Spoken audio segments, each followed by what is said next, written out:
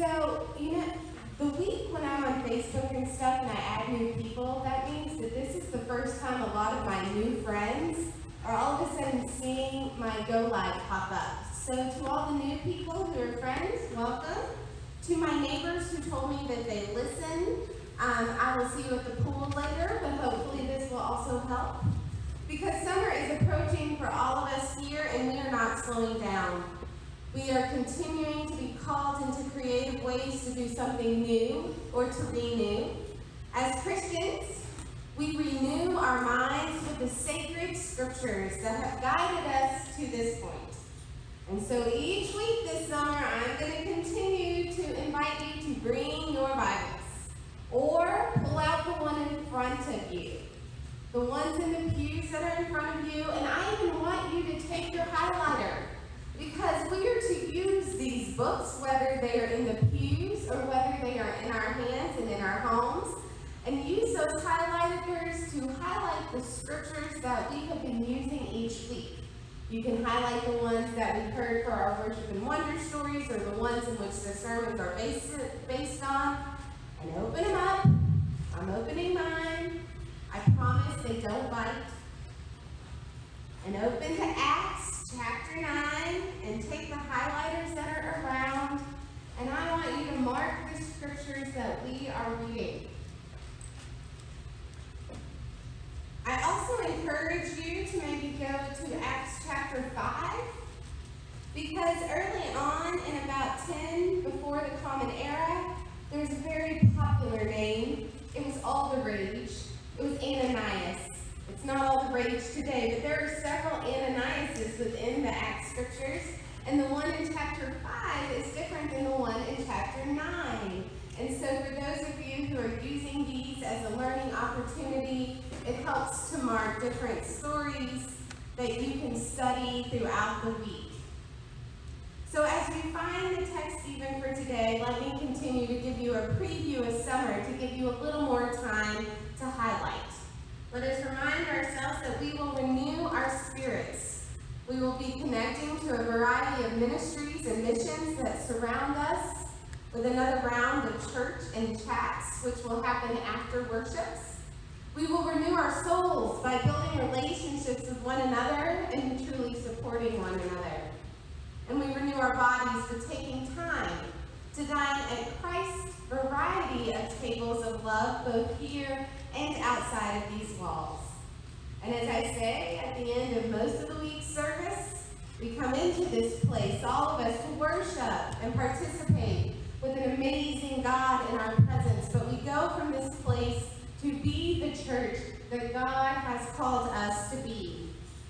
So as we use this worship time to renew, some of the sermons and the scriptures that have been chosen come from the hope that you continue to use some of these tools and newfound knowledge to renew yourself and your study and the practice of your faith throughout the week, so you can find newfound insights for both your mind that can lead to your hearts and your souls.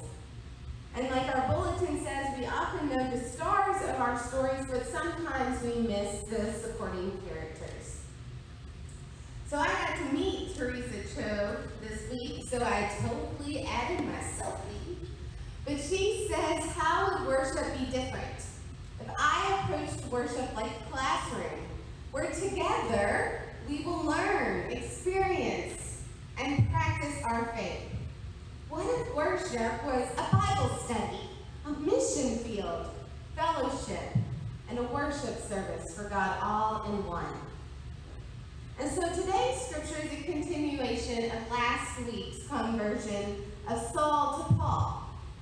Paul is a primary character, but he has so many supporting actors that we needed to make sure we understood a little bit about Paul before we engaged in some of the people surrounding Paul.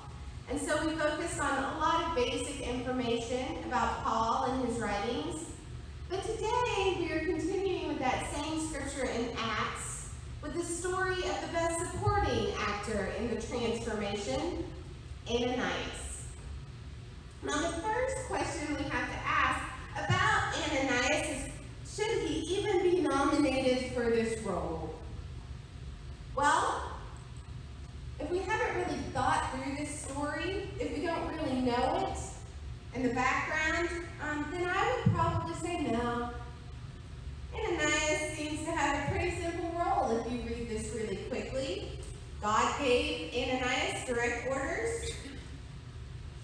fulfilled the orders that God gave him.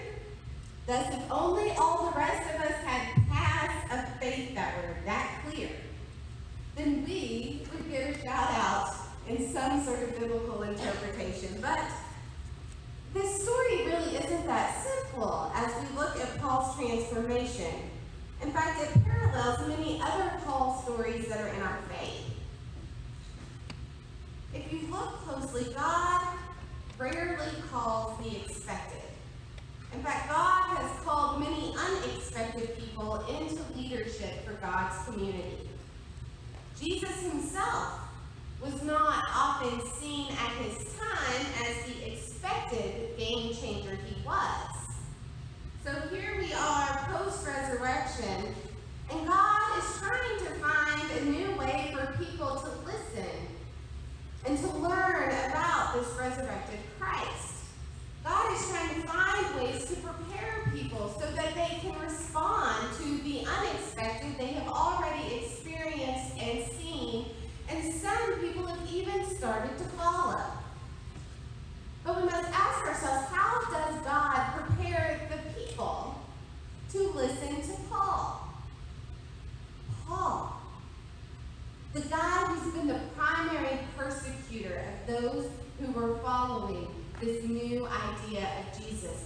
Paul, who is the bad guy, the Lex Luthor, the unredeemable bully on that playground.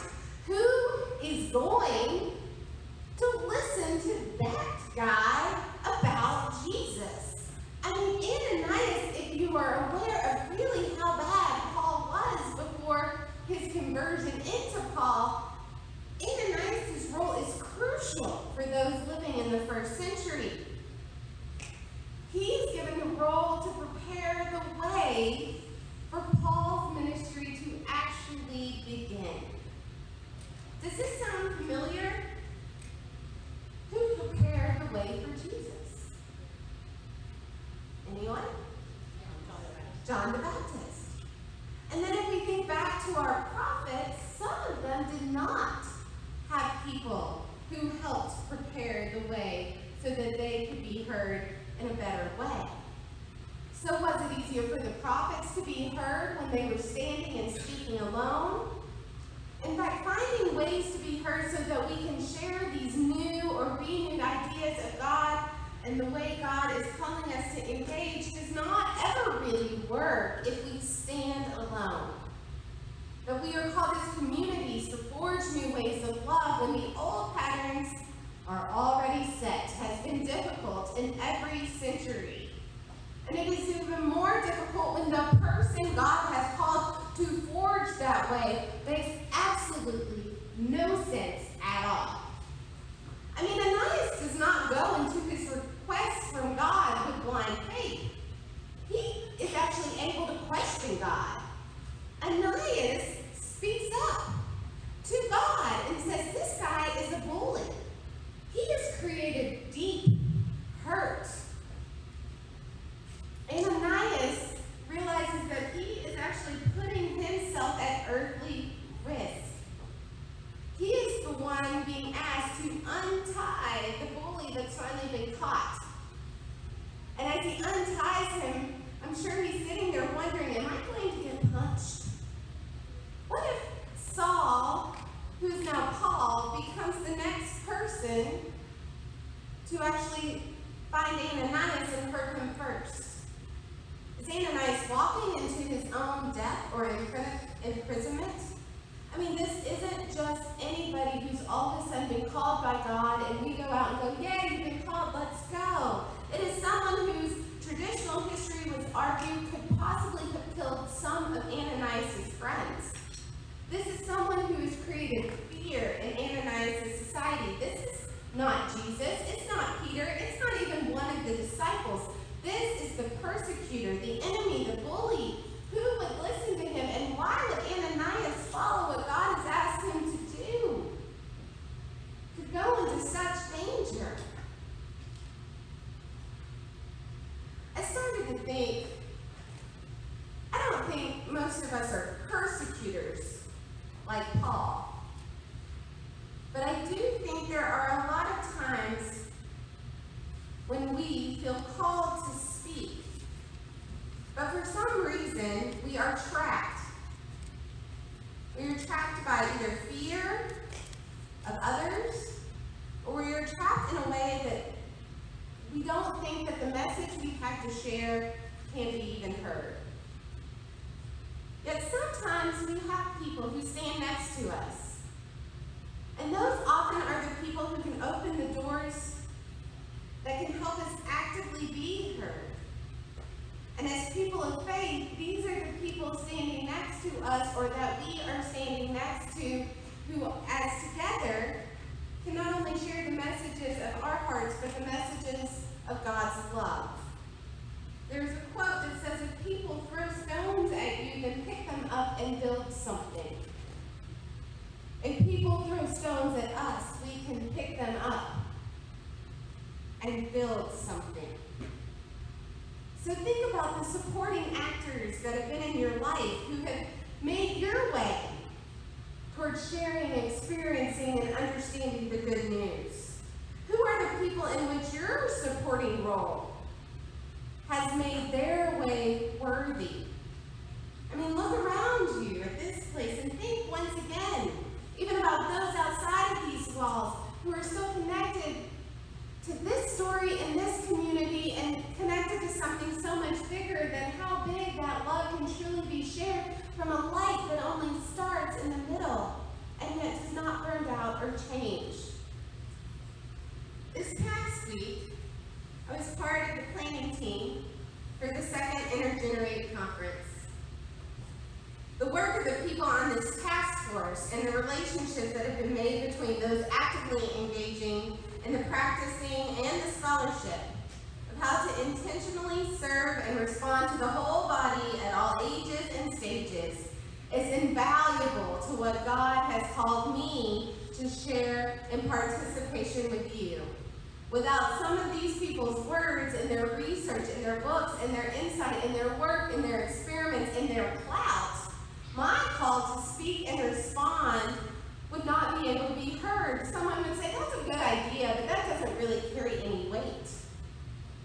And then when I go back and talk to other people, without your willingness in this place, and even out there to be able to listen, to engage with me, and the call upon my heart that I have shared with you to respond would easily be that's a good idea, but there's no weight. There's no weight behind that. There's no transformation. And yet you all and these others have trusted in this idea of renewal. And we would not be living in the patterns of the faithful stories if we did not trust in one another when God has called upon us, even in the unexpected ways. So that is the questions for today. What is God calling you to share? What is holding you back? Who do you need to prepare the way? And who around you needs to be a supporting voice? And who do you need to support? And in all of these kinds of questions, we must remember that we are trying to stop the persecutions that are happening, but to trust God to find ways to change the persecutors, who are also usually the persecuted. So we are trying to break patterns, which are easier to break if we use our voices together, so we can change the hurtful, hate-filled patterns that create persecution. What else, like our Bibles and our lives, need to get a little messy so that we truly embrace the gifts God has given us? Let us remember that we are still in the Easter season. God has transformed Jesus into a resurrected Christ, and has God transformed you? You, once again, enough to recall the times when you have walked through the waters, when you have eaten the bread, and thus you are prepared, as Paul was, to proclaim, He is God's Son. This is Jesus. Or do you still sometimes feel alone in that call outside of this place? Do we need to step up in ourselves to provide supporting actors to come and remove the blinding truths that sometimes hold all of us back? Are we holding God's message back? Because if Paul, that guy, that terrible man, if Paul is able to be renewed and remembered by God, so are you. And if Ananias is willing to take on the hard task of being the one who trusts in that renewal on behalf of God, you can too. So let us all find ways to support one another and be the best supporting performers that share God's message of love.